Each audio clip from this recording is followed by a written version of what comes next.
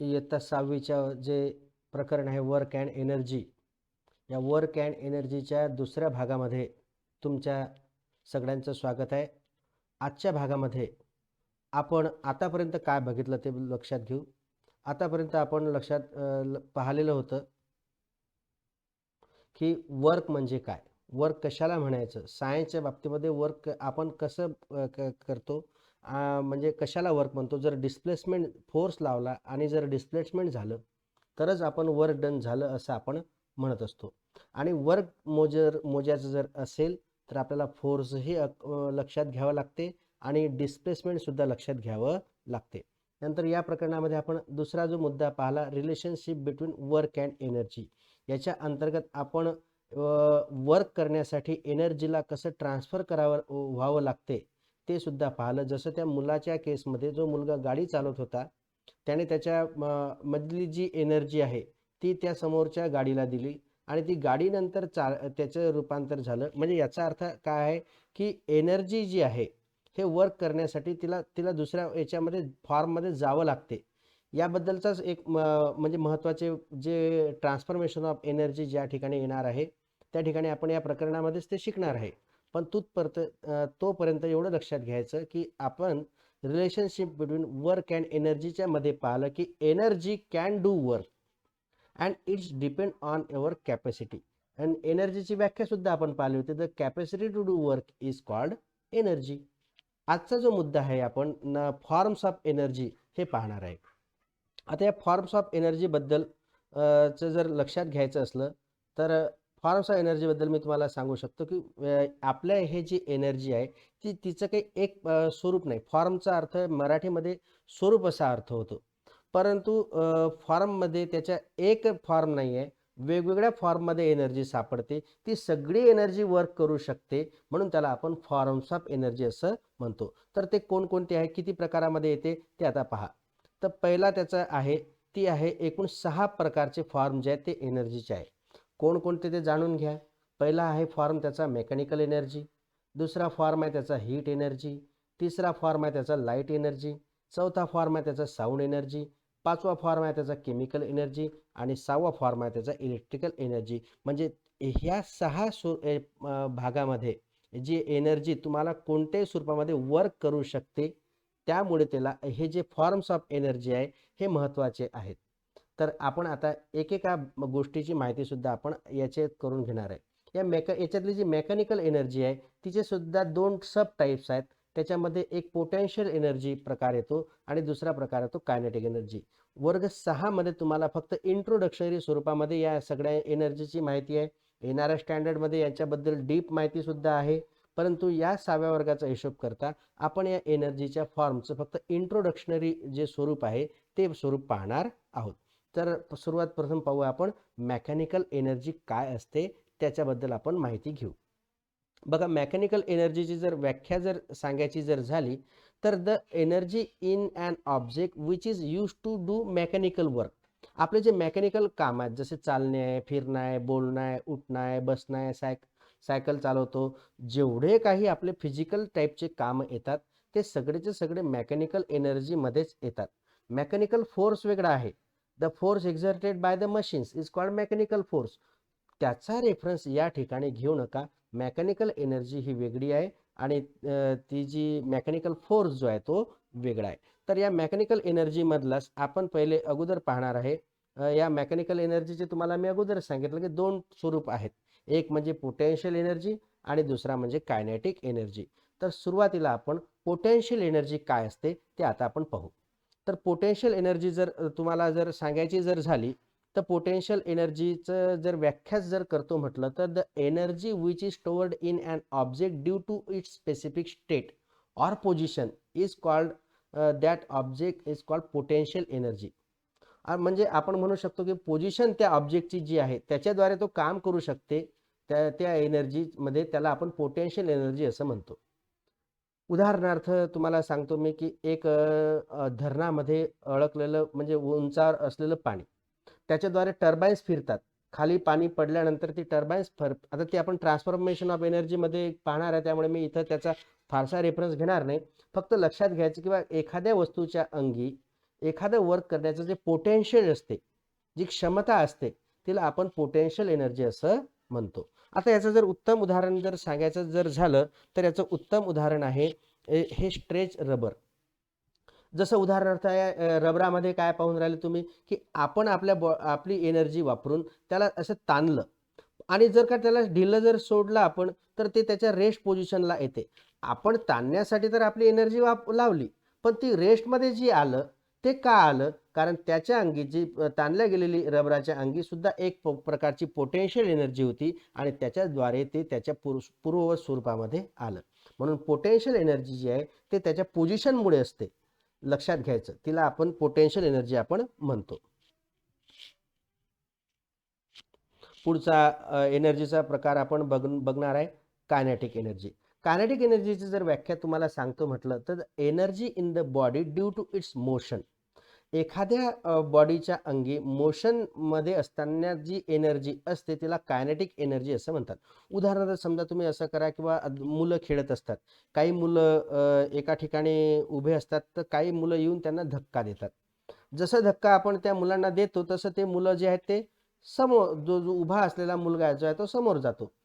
तो तर रेस्टमध्ये होता.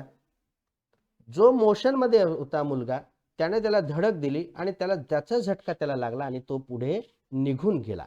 म्हणून काय म्हणू शकतो आपण, the energy in the body due to its motion is called kinetic energy. म्हणजे जसं उदाहरणार्थ कॅरमचा खेळ आहे. कॅरमच्या खेळामध्ये वेगवेगळ्या प्रकारच्या गोट्या असतात. आपण स्ट्रायकरच्या सहाय्याने एका गोटीला मारतो. स्ट्रायकर हा मोशनमध्ये आहे. मग मोशनमध्ये असल्यामुळे त्याच्यामध्ये कोणती एनर्जी येईल? त्याच्यामध्ये येईल कायनेटिक एनर्जी. आणि कायनेटिक एनर्जी त्याच्यामध्ये असल्यामुळे तो दुसऱ्या गोळीला लागतो आणि ती सुद्धा समोर जाते. हे इतकं सोपं स्वरूपामधले आहे. याचं जर उत्तम उदाहरण जर तुम्हाला सांगायचं जर झालं, तर याचं उत्तम उदाहरण आहे जे आहे ते कायनेटिक एनर्जीचं हे सायकल चालवणारी मुलगी दिसून राहिली तुमच्या स्क्रीनवर. आता याच्यामध्ये काय ही चालून राहिली, म्हणजे या सायकलच्या अंगामध्ये मोशनमुळे एक प्रकारची एनर्जी जी आहे ती निर्माण झाली. तिला आपण कायनेटिक एनर्जी असं म्हणतो.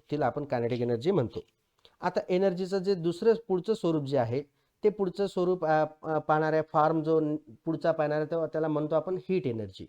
हीटच्या एनर्जीच्या बाबतीमध्ये heat is a form of energy. हे जे हीट आहे हे सुद्धा एनर्जीचं एक म्हणजे एक प्रकारचा फॉर्म आहे. उदाहरणार्थ समजा तुम्हाला माहित आहे की आपण स्वयंपाक करतो. मग स्वयंपाक करताना खाली आपण गॅस लावतो किंवा चुला लावतो, बरोबर आहे. याच्याच हीटच्या सहाय्याने आपण काय करू शकतो, त्याला शिजवू शकतो अन्न. म्हणजे वर्क डन या ठिकाणी झालं. वर्क डन त्याचं स्वरूप बदललं, वर्क डन झालं. म्हणून आपण म्हणू शकतो की हीट जी आहे हे फॉर्म ऑफ एनर्जी आहे. आणि हीटला जर मोजायचं जर असेल, heat is measured in a calorie. Heat जी आहे ही कॅलरीमध्ये मोजल्या जाते. याचं जे उत्तम उदाहरण तुम्हाला मी सांगणार आहे ते उत्तम उदाहरण आहे याचं. ते उदाहरण मी तुम्हाला दाखवतो. हे ते उदाहरण आहे फायर.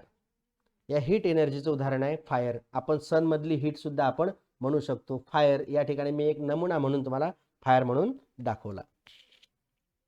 आता एनर्जीचं जे पुढचं स्वरूप आहे त्याचं नाव आहे लाईट एनर्जी. लाईट हा सुद्धा एनर्जीचा एक फॉर्म आहे. तो कसा आहे ते आपण समजून घेऊ. Light is a form of energy आहे because by using light plants uses this light energy to convert to make their own food. त्याचं जे अन्न जे आहे हे स्वतः बनवण्यासाठी जे आहेत हे जे आहे प्लांट जे आहेत हे या एनर्जीचा वापर करतात. That is why we can call that as a light is a form of energy. आता लाईट एनर्जीचा वापर करत असताना ती लाईट एनर्जीला यूज करतात आणि तिचं रूपांतर केमिकल एनर्जीमध्ये करतात. हा मुद्दा लक्षात घ्यायचा की लाईट एनर्जीचं रूपांतर प्लांट जे आहे ते केमिकल एनर्जीमध्ये करतात. म्हणजे एका स्वरूपातून दुसऱ्या स्वरूपामध्ये बदलले. हा मुद्दा आपल्याला महत्त्वाचा आहे. केव्हा ज्यावेळेस आपण ट्रान्सफॉर्मेशन ऑफ एनर्जी शिकणार आहे त्यावेळेस ही गोष्ट जी आहे ती महत्त्वाची आहे. आता याचं जर तुम्हाला उदाहरण जर सांगायचं जर झालं तर तुमच्या स्क्रीनवर मी दाखवतो.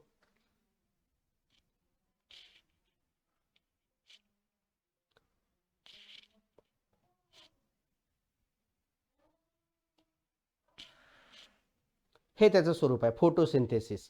आता या तुम्हाला मी अगोदर सांगितलं की लाईट जो आहे इथं कोणता लाईट वापरून राहिला, सूर्यापासून मिळणारा लाईट वापरून राहिलो. आणि जी क्रियामध्ये प्लांट जे आहे स्वतःचं अन्न बनवतो, आपण त्या क्रियेला काय म्हणतो? फोटोसिंथेसिस. फोटोसिंथेसिसच्या अंतर्गत हे जे आहे लाईट एनर्जी जी आहे ती केमिकल एनर्जीमध्ये कन्व्हर्ट करू शकतात. कोण? तर प्लांट करू शकतात. म्हणून light is a form of energy. Light is a form of energy. Light सुद्धा एक प्रकारचं एनर्जीचा फॉर्म आहे. आता पुढचा फॉर्म आपण पाहू. त्याच्यामध्ये पाहू आपण साऊंड एनर्जी. तुम्हाला माहित आहे की एखाद्या वेळेस ज्यावेळेस फटाका फोडतो आपण, बरोबर आहे, तेव्हा कधी-कधी आपल्या घराच्या काचाच्या खिडक्या ज्या ते फुटतात, त्या आवाजाच्या सहाय्याने. आणि ज्यावेळेस गणपतीमध्ये किंवा कोणत्या मिरवणुकीमध्ये ज्यावेळेस डीजे लग्नामध्ये वाजतो की नाही, त्यावेळेस आपल्याला त्याचा दबाव जो आहे आपल्यावर जाणवतो. आणि साऊंड एनर्जी जी आहे ती सुद्धा काम करू शकते. त्यामुळे साऊंड एनर्जीला सुद्धा आपण एक प्रकारचा फॉर्म ऑफ एनर्जी सुद्धा आपण म्हणतो. तर साऊंड एनर्जीची व्याख्या आहे की sound is a form of energy as it performs work. ती वर्क परफॉर्म करू शकते, पण ॲक्च्युअलमध्ये ते खूप लो स्वरूपाचं वर्क परफॉर्म करते, म्हणून त्याचा जनरली वापर केला जात नाही. परंतु साऊंड सुद्धा एक एनर्जीचा फॉर्म आहे. याचं जर उत्तम उदाहरण जर सांगायचं झालं, तर याचं उत्तम उदाहरण जे आहे ते त्याचं उत्तम उदाहरण आपल्यासमोर आहे हा स्पीकर. या स्पीकरवर तुम्ही कधीतरी तुम्ही बघा ना, एखादं गाणं जर जोरात वाजत असेल तर स्पीकर जोरजोरानं मागे पुढे होतो. तुम्ही जर त्याच्यावर हात ठेवला तर तुम्ही त्याचे जे जे व्हाईब्स आहे व्हाईब जे आहे ते तुम्हाला जाणवतात. त्यामुळे साऊंडला सुद्धा आपण एनर्जीचा काय म्हणतो? आपण फॉर्म म्हणतो. पुढचा एनर्जीचा जो फॉर्म आहे तो आहे केमिकल एनर्जी. हा खूप महत्त्वाचा फॉर्म आहे केमिकल एनर्जीचा. याची आपण पहिले व्याख्या पाहून घेऊ. The energy produce due to the chemical actions. जी एनर्जी प्रोड्यूस होते ज्याच्यामध्ये केमिकल ॲक्शन घडून येतात, त्या एनर्जीला म्हणतात केमिकल एनर्जी. आता ही तर भरपूर ठिकाणी आपण आपण वापरतो आणि आपल्याला माहिती नाही की आपण केमिकल एनर्जी वापरत असतो. उदाहरणार्थ, याचं जर तुम्हाला उत्तम उदाहरण जर सांगायचं जर झालं, तर एक उदाहरण दाखल मी तुम्हाला सांगतो. या ठिकाणी ही आपली बॅटरी. या बॅटरीच्या आता बॅटरीमुळे तुम्हाला दिसून राहिलं की बॅटरी लावल्यामुळे हा जो लाईट आहे तो तो उघड म्हणजे चालू बंद चालू बंद चालू बंद होऊन राहिला. त्याला कशामुळे होऊन राहिला? बॅटरीमुळे होऊन राहिला. बॅटरीमध्ये काय आहे? तर बॅटरीमध्ये काही केमिकल्स असतात. हे केमिकल्स जे आहेत हे त्याचं रूपांतर इलेक्ट्रिक एनर्जीमध्ये कन्व्हर्ट करतात आणि या इलेक्ट्रिकल एनर्जीचं मुळे तो लाईट जो आहे तो चालू बंद होतो. हा जो ड्राय सेल आहे, तुम्हाला येणाऱ्या 8व्या वर्गामध्ये मोठ्या प्रमाणात म्हणजे खूप डिटेल्समध्ये तुम्हाला शिकायचं आहे. फक्त इतकं लक्षात ठेवायचं की हा ड्राय सेल जो असतो तो कोणतं उदाहरण आहे? केमिकल एनर्जीचं उदाहरण. तुम्हाला जर केमिकल एनर्जीचं मी दुसरं उदाहरण जर सांगतो म्हटलं, तर केमिकल एनर्जीचं दुसरं उदाहरण आहे आपले फटाके. आपण ज्यावेळेस आपले फटाके पेटवतो, त्या पेटवलेल्या फटाक्याच्या अंतर्गतमध्ये काही केमिकल्स असतात. त्याचं रूपांतर मग आपल्याला ते लाईटमध्ये, कधी साऊंडमध्ये अशा स्वरूपामध्ये दिसते. म्हणजे फटाक्यांमध्ये म्हणजे क्रॅकर्समध्ये सुद्धा काय आहेत? तर केमिकल एनर्जी आहे. आता पुढचा एनर्जीचा आपण प्रकार पाहणार आहे, ज्याचं नाव आहे इलेक्ट्रिकल एनर्जी. सगळ्यांना माहीत आहे इलेक्ट्रिसिटी सगळ्यांच्या घरामध्ये आहे. पंखा असो, फ्रीज असो, टीव्ही असो, या एनर्जीच्या स्वरूपामध्ये आपण त्याला ओळखतो. त्यामुळे इलेक्ट्रिकल एनर्जी सुद्धा हा महत्त्वाचा फॉर्म आहे. इलेक्ट्रिकल एनर्जीची जर व्याख्या म्हणतो मी, the energy obtained from electricity is called electrical energy. इलेक्ट्रिसिटीपासून जी एनर्जी मिळते तिला काय म्हणायचं? Electrical energy. आता ह्याचं उत्तम उदाहरण जर तुम्हाला सांगायचं झालं तर एक नमुना म्हणून मी सांगतो. इलेक्ट्रिकल एनर्जीचे उदाहरण तुमच्या घरामध्ये सगळ्याच स्वरूपामध्ये आहे. तर याचं जे उदाहरण आहे ते आहे पंखा. आपल्या घरातला पंखा. जो अगोदर दाखवलेला जो आहे तो त्याच्यात बी इलेक्ट्रिसिटीच होती.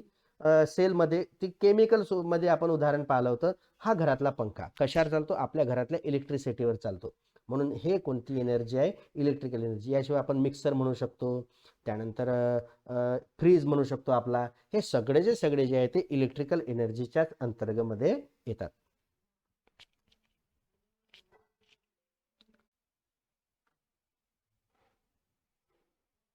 आता आपण पाहणार आहोत transformation of energy. Transformation of energy म्हणजे काय? की एनर्जी तुम्हाला आतापर्यंत तुमच्या लक्षात आलं की एनर्जी जी आहे ती वर्क करते. म्हणजे कोणत्याही प्रकारचं काम जे आहे आपण एनर्जीच्या द्वारेच आपण करू शकतो. मग ह्या एनर्जीचं ट्रान्सफॉर्मेशन होते. कोणतंही आपल्याला जसं पाहिजे तसं काम करण्यासाठी या एनर्जीचं काय करावं लागते, ट्रान्सफर करावं लागते. म्हणजे एका फॉर्ममधून एनर्जीच्या दुसऱ्या फॉर्ममध्ये आपल्याला कन्व्हर्ट करावं लागते आणि त्या गोष्टीला म्हणतो आपण ट्रान्सफॉर्मेशन ऑफ एनर्जी. आतापर्यंत आपण एनर्जीचे जे 6 प्रकारचे जे फॉर्म आहेत, मेकॅनिकल एनर्जी असो, हीट एनर्जी असो, लाईट एनर्जी, साऊंड एनर्जी, ह्या सगळ्या एनर्जीचा आपण अभ्यास केला. परंतु एक एनर्जी एक काम करू शकत नाही. आपल्याला जे वेगवेगळ्या प्रकारचे वर्क डन करावे लागतात, त्यासाठी वेगवेगळ्या स्वरूपाचे फॉर्म्स आपण यूज करतो. जसं उदाहरणार्थ स्वयंपाक जर करायचा असेल तर आपल्याला हीट एनर्जी लागते. परंतु जर आपल्याला जर इलेक्ट्रिक शेगडीच्या सहाय्याने जर स्वयंपाक करायचा असेल तर आपल्याला त्याच्यामध्ये काय करायला लागेल, आपल्याला इलेक्ट्रिसिटी वापरायला लागेल. मग इलेक्ट्रिसिटीचं रूपांतर आपण कशामध्ये करून राहिलो, तर आपण करून राहिलो ते हीट एनर्जीमध्ये. तर यालाच काय म्हणतात, ट्रान्सफॉर्मेशन ऑफ एनर्जी. याचं जर तुम्हाला सांगायचं झालं तर ट्रान्सफॉर्मेशन ऑफ एनर्जीच्या अंतर्गत आपण हा मुद्दा बघा. एक प्रकारची वॉटर सायकल तुम्ही आतापर्यंत पाहिली असेल. तुमच्या चित्रामध्ये पहिल्या ठिकाणी वॉटर सायकल दाखवली, तिथे सूर्य, धरण, नदी, जे ढग दिसते ते आहे एक प्रकारची वॉटर सायकल. त्याच्यामध्ये आपल्याला माहीत आहे की बा सोलर एनर्जीच्या सहाय्याने जे आहे, सोलरच्या हीटच्या सहाय्याने जे आहे ते पाण्याची वाफ होते. ती वाफ जी आहे ती ढगामध्ये जाते, बरोबर आहे ना. ती वाफ जी आहे ती ढगामध्ये, त्याचे ढग बनतात. म्हणजे याचा अर्थ आपण सोलर एनर्जीची कोणती एनर्जी वापरली, आपण पाणी गरम करण्यासाठी हीट एनर्जी. यानंतर हीट एनर्जीचं रूपांतर वर गेल्यानंतर कंडेन्सेशन होते, ते ढग बनतात, नंतर ते खाली येतात आणि ती जी आहे धरणामध्ये हे पाणी साचते. साचलेल्या आपण अगोदरच सांगितलं तुम्हाला की जे हाईटवर असते आणि ज्याच्यामध्ये पोटेन्शियल असते वर्क करण्याचं, त्याला म्हणतो आपण पोटेन्शियल एनर्जी. हे जे साचलेलं पाणी आहे धरणांमध्ये, हे उंचावर साचलेलं असते, ते खाली पडते आणि खाली पडल्यामुळे काय होते, त्याचं आपण टर्बाईन्स गोल फिरवले जातात आणि त्याच्यामध्ये इलेक्ट्रिकल एनर्जीमध्ये कन्व्हर्ट होते. ॲक्च्युअली मॅग्नेटिक एनर्जी इलेक्ट्रिकल एनर्जीमध्ये कन्व्हर्ट होते. नंतर ही इलेक्ट्रिसिटी जी आहे ती आपल्या घरापर्यंत पोचते तारेच्या माध्यमातून. समोर जे घर दाखवलेलं आहे ते त्याचं म्हणजे घरामध्ये ती आपली वीज आली. घरामध्ये आल्यानंतर आपण इलेक्ट्रिकल एनर्जीचं रूपांतर बघा किती स्वरूपामध्ये आपण करतो. पहिल्या याच्यामध्ये आपल्याला लॅम्प दाखवलेला आहे. तर लॅम्प म्हणजे काय आहे, त्याच्यामधून आपल्याला लाईट मिळतो. इलेक्ट्रिकल एनर्जी कन्वर्ट केली कशामध्ये, लाईट एनर्जीमध्ये. दुसरं उदाहरण आहे मिक्सरचं. आता या ठिकाणी मिक्सरला चालू केल्यानंतर इलेक्ट्रिसिटी दिल्यानंतर ते फिरते आणि आपल्या घरातल्या वस्तू ज्या आहेत त्या बारीक करतो आपण, बरोबर आहे. तर आपण म्हणू शकतो ही मेकॅनिकल एनर्जी आहे. त्यामुळे इलेक्ट्रिकल एनर्जी कशामध्ये रूपांतरित झाली, मेकॅनिकल एनर्जीमध्ये रूपांतरित झाली. पुढचं जे उत्तम उदाहरण आहे त्याचं तुमचं कम्प्युटर दाखवलेलं आहे. त्या ठिकाणी कम्प्युटरमध्ये तुम्हाला माहीत आहे, कम्प्युटर असो किंवा मोबाईल असो, याच्यामध्ये म्हणजे इलेक्ट्रिकचं रूपांतर लाईट एनर्जीमध्ये कन्वर्ट केले जाते किंवा साऊंड एनर्जीमध्ये केले जाते. तुम्ही अंधारामध्ये केव्हाही पहा, तुमच्या चेहऱ्यावर वेगवेगळ्या प्रकारचे लाईट पडलेले दिसतात, म्हणजे लाईट एनर्जी, साऊंड एनर्जी हे जे आहे ते आहे. तुम्ही म्हणसाल की बा मोबाईलमध्ये थोडीच आहे इलेक्ट्रिकल एनर्जी, पण मोबाईलमध्ये बॅटरी आहे. बॅटरी कोणानं चार्ज होते, इलेक्ट्रिक एनर्जीनं चार्ज होते आणि इलेक्ट्रिक एनर्जीनं चार्ज होतल्यामुळे ती जे आहे ती इलेक्ट्रिकल एनर्जी कशामध्ये कन्वर्ट होते, केमिकल एनर्जीमध्ये. आणि केमिकल एनर्जी परत इलेक्ट्रिकल एनर्जीमध्ये कन्वर्ट होते आणि आपल्याला दिवसभर आपला मोबाईल जो आहे तो चालतो. याला म्हणतात transformation of energy. Transformation of energy means nothing but the one form of energy changes into another form which is known as transformation of energy. याला म्हणतो आपण ट्रान्सफॉर्मेशन ऑफ एनर्जी. आता ट्रान्सफॉर्मेशन ऑफ एनर्जीचं जर तुम्हाला दुसरं उदाहरण जर सांगतो म्हटलं तर हे आहे साऊंड एनर्जी. आता बघा साऊंड ट्रान्सफर.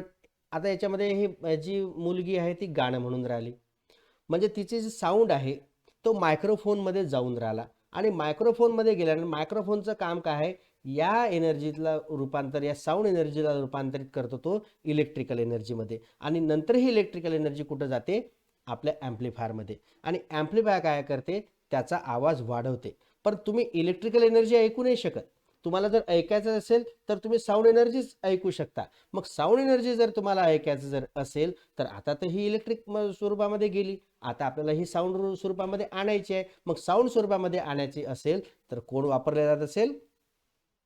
बघा त्याचं स्पीकर. हा स्पीकर काय करतो? त्या इलेक्ट्रिकल एनर्जीचं रूपांतर परत साऊंड एनर्जीमध्ये करतो आणि आपल्याला ऐकू येते. पण तुम्हाला एक मजेदार गोष्ट सांगतो मी, की आपल्याला ॲक्चुअल साऊंड ऐकू येत नाही. आपला जो ब्रेन आहे तो साऊंड ऐकू शकत नाही. परत ते आपल्या कानामध्ये ते साऊंड वेव्हज जातात. आपल्या कानाच्या पडद्यावर पडतात. तिथं ते इलेक्ट्रिकल रूपामध्येच रूपांतरित होतात आणि आपला ब्रेनला ते समजते. Transformation of energy from one form to another form. म्हणजे साऊंड एनर्जीचं रूपांतर इलेक्ट्रिक एनर्जी, मायक्रोफोन. त्याच्यानंतर मायक्रोफोनमधून इलेक्ट्रिकल एनर्जी कुठे गेली? ॲम्प्लिफायरमध्ये. ॲम्प्लिफायरमध्ये परत आपल्याला ऐकू नाही शकत. आपण ऐकण्यासाठी कशामध्ये केली आपण ती? ते स्पीकरच्या सहाय्यानं इलेक्ट्रिकल एनर्जीचं रूपांतर परत साऊंड एनर्जीमध्ये केलं. आपला ब्रेन तर तेही ऐकू शकत नाही. आपल्या कानानं रूपांतर केलं की साऊंड एनर्जीचं रूपांतर परत इलेक्ट्रिकल एनर्जीमध्ये आणि ब्रेनला मग ते समजलं. पूर्ण गोष्ट तुमच्या लक्षामध्ये आलंय कसा हा चक्कर आहे. याला म्हणतो आपण transformation of energy. Means for doing our desired work, energy can be transferred into one form to another form. It is known as transformation of energy. लक्षात तुमच्या आलं असेल.